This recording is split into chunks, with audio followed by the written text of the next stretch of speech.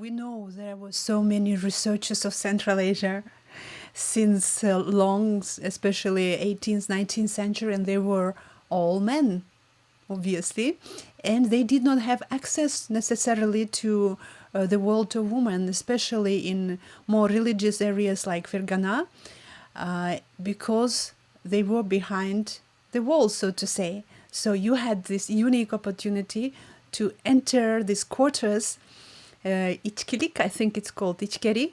Please tell us how you wrote this book. First of all, the story is simple because for the last 8 years of living within the Soviet Union, we lived in Moscow because I did my PhD degree. I got my PhD degree from the Moscow State Conservatory, and then I had a lucky chance to have a job. And talking about music and religion, which was absolutely little known and actually forbidden subject with one of the musicologists, I was advised to concentrate or to produce kind of a small article on this subject. And that was not easy. And while I was thinking how to make it, suddenly one of the member of the publishing house Znanie, which is knowledge, which was still existing at that time, approached me, a lady, and she said it would be nice to have even a tiny book, on this subject, music and religion, how it all developed, in Central Asia and Uzbekistan, where you're from, and so on. Why don't you go and to collect some kind of data for this research? And that was an interesting suggestion. So next time I went to see my family, I went to my area of origin. It was growing up, Andijan, and asked one of my colleagues, who my friend used to study together in Andijan. And she told me something like, oh, it's very simple, we can find for you a woman. We have a neighbor in our neighborhood, and she performs huge amount of, songs related to the origin of Islam and everything about Quran, and Muhammad and so on and so forth. And I was surprised. So while we started to look for this woman, we found completely different woman. But for that, I had to go to all villages around Andijan. That was an interesting experience because these women, when they learned the time someone coming from Moscow, first the experience was to get, frightened. And their first questions when we met was, are you going to write about us to the newspaper? Are you going to tell everyone around the world? Are you going to give a radio program and so on? I said, don't worry, I'm just an academic, boring musicologist. I'm writing the scholarly articles. I won't tell anyone in Uzbekistan that I had a chance to meet you and make recordings because I'm living and working in Moscow. Don't worry. And then those ladies, otinoys, from the village, okay,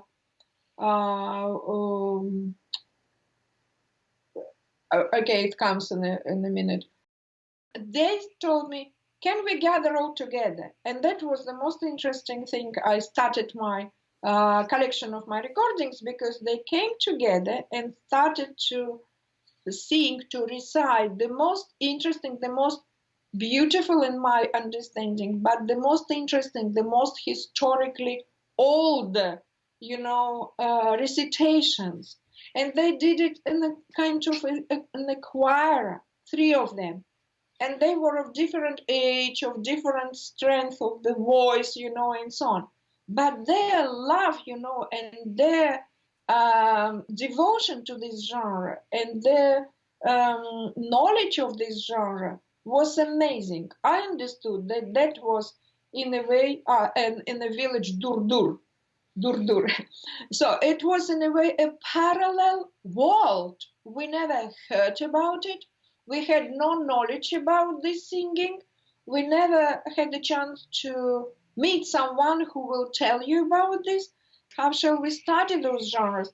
It was singing, but without musical instruments. It was beautiful, but without any kind of opera style, cantilena or whatever.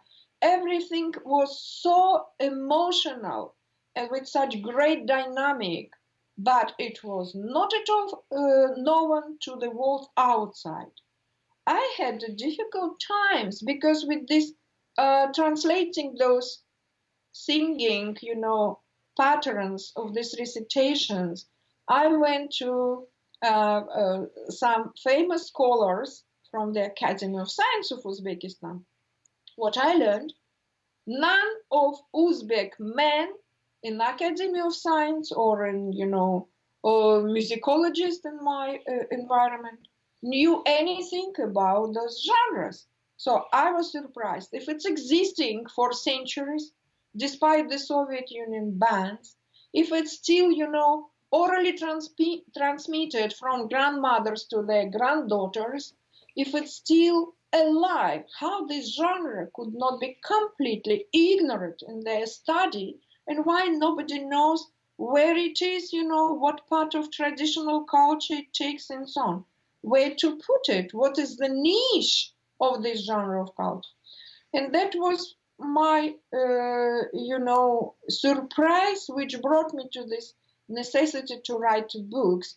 First of all, I just, in Russian, with Uzbek translation, with musical transcriptions, I published a very small, I think it was a kind of a private publisher, just some transcriptions of those, rituals and of those recitations.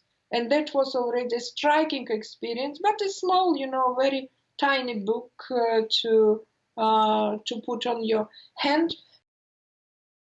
But then coming abroad and when already having a job and being an established ethnomusicologist, I looked around and I found a publisher, which was I.B. Towers, a very famous publisher whose main field was Middle East and Central Asia, Sufism, Islam, and so on.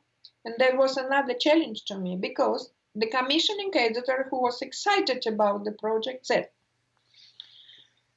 "But we need to know," he said, "how Islam came to Central Asia." And I said, "I'm just a musicologist. I don't know it myself." And he, who is Dr. Lester Crook, he told me, "But you learn about it and write about it. The whole, this part of the history of Central Asia related to the Islam and related to Sufism and certainly to Shamanism, because Shamanism is kind of folk development within Islam, and it's somehow, the phenomenon which was also very much, mixed up with Islamic basic, rules. As a result, I had to bring a title which brought together, Islamic and shamanic features, within this performance, female performances. So it was a long way, but I'm very happy that I accomplished this task.